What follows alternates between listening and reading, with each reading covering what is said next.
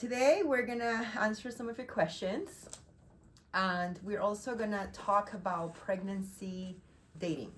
So somebody asked me on Instagram, Dr. Garcia, can you please explain how do we date pregnancies? Is it different if it's naturally conceived pregnancy versus an IVF versus a frozen embryo transfer? And I think this is a great question because it causes a lot of confusion. And It really does. It is really confusing because you kind of have to suspend belief for a moment. That's right. That's right. But yeah, I can definitely understand why it causes a lot of confusion. And we actually get a lot of confusion even from other OBs and family doctors. When we're sending out referrals and stuff, there can be a little bit of confusion there too. So it's not exactly well understood. Yeah. So let's talk about a naturally conceived pregnancy. And let's assume that there's a regular cycle. That means it's 28 days to 30 days. So the first day of bleeding, obviously you're not pregnant because you're on your period. And then 2 weeks later, you ovulate. Then sex happens and pregnancy happens. And then your period is due 4 weeks from the first day of your period. The period doesn't come, you do a pregnancy test and you're pregnant. Great. So at this point in the pregnancy, which is the first time that you did a home pregnancy test, which is the time at which time your period was due, at that point you're actually 4 weeks pregnant. And that's very counterintuitive because you might think, well, 4 weeks ago I was in my period, so clearly I wasn't pregnant. How can I be 4 weeks pregnant? And the reason for this is that's just convention. So the egg that led to that pregnancy, you can think of it was born or it was developed from the ovary, started growing on the day one of your menstrual cycle.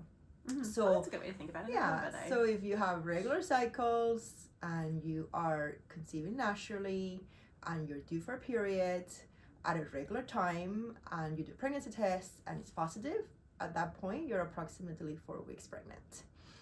And then when you do an ultrasound, that's another way of confirming the dates as well. So we measure what is called the crown rump length, which is the size of the fetus, and that would be another estimation of due date.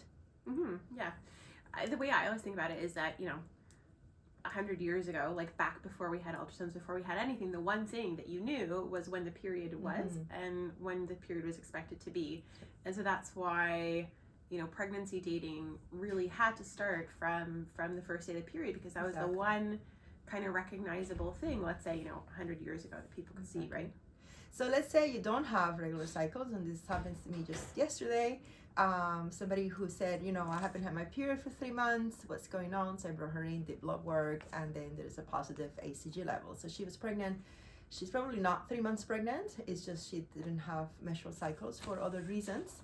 So then in that case, it's really hard to date it based on a menstrual cycle. You simply can't. And the only way to date it is based on an ultrasound. So it's not always possible to date a pregnancy based on a menstrual cycle when your cycles are long and irregular. And that's totally normal. Because that whole pregnancy dating is really based on that 28-day cycle, and we know lots of people don't have a 28-day cycle. So now let's talk about pregnancies that are conceived through IVF. So there is conceived through IVF through a fresh embryo transfer. So that means you take the injections, you do your retrieval, 3 days later after retrieval for a day 3 embryo transfer, 5 days later after retrieval for a day 5 embryo transfer. And then after that, 2 weeks or 10 days after the transfer, you do a pregnancy test and it's positive. So in that situation, you consider the day of the retrieval is ovulation day, and the day of embryo transfer, if it's 5 days, would be a week after ovulation. And it's about the same thing. The moment that you get your pregnancy test positive, you're about 4 weeks pregnant as well. So in that situation, we go by the day of the embryo transfer, if it is a day 5 embryo transfer. And the day of the embryo transfer is approximately week 3 of pregnancy. Yeah, so it's always a weird one because you're not actually pregnant, you're not pregnant because there's no when the embryo is going in. That's right.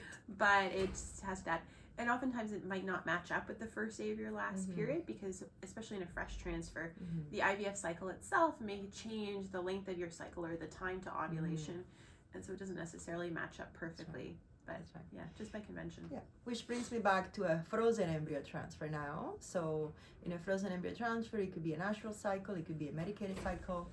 And again, that could be very long. Let's say you do a medicated cycle, let's say your lining isn't great, you need to be on estrogen longer.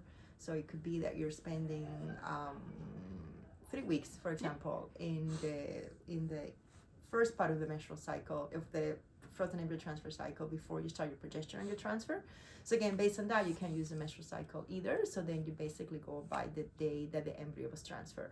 So even if the embryo was frozen years ago, you still consider that like a day 5 embryo transfer. And on the day of the embryo transfer, you're 3 weeks into the pregnancy, provided that the pregnancy gets established and you have a positive pregnancy test. You know, another question I get asked sometimes is, does it matter if it's a day 5 embryo or a day 6 embryo or day 7 embryo? Does that change the dating? Yeah, it's not. Yeah. So we kind of assume that when you're transferring a blastocyst, that we basically call it day 5. For the sake of when we're thinking about dating for pregnancy, we just say that they're all universally day 5 embryos. That's right. For the sake of dating, when we talk about chances of pregnancy, then we do differentiate and we counsel you a little bit differently, or the chances of pregnancy are a little bit differently between day 5, day 6, and day 7. So the other situation that I have very similar to the one I described with irregular cycles is, let's say you have a miscarriage and you bleed from the miscarriage, then the bleeding of the miscarriage finishes, which means it's not a real period, it's just bleeding from the miscarriage. And then there is no next period because you're already pregnant. So again, in that situation, you can't really use your menstrual cycle to date in, and then ultrasound comes in.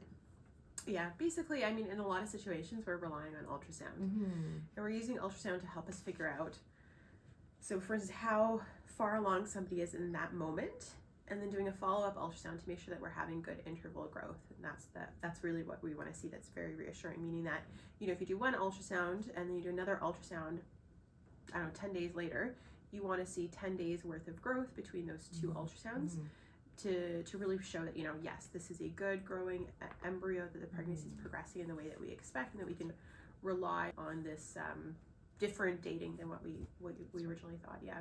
And that brings me to the last important point I want to make, which is that once the due date is established, and it is well established, either based on your menstrual cycle or an ultrasound, and usually if your cycles are regular, the 2 would agree with each other.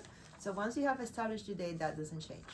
So it's very common for people to say, oh, I came for an ultrasound, I don't know, at 16 weeks and the baby was big or small, therefore my due date has changed. And that's not the way it works. The due date doesn't change because we want to measure the growth of the baby. We're constantly changing the due date, then we cannot measure the growth of the baby. So that's important to remember that if at 16 the baby is 2 weeks behind, doesn't mean that your due date is going to change 2 weeks backwards, then we cannot say the baby is small. So it's really important to realize that the due date doesn't change once it's well established, and it's really important to establish a due date, particularly for that reason.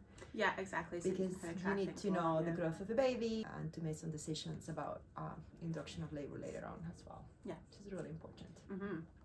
Okay, I think that's all I want to say about pregnancy dating. Yeah, I think that's a good one. I think it's good to clarify that. Okay.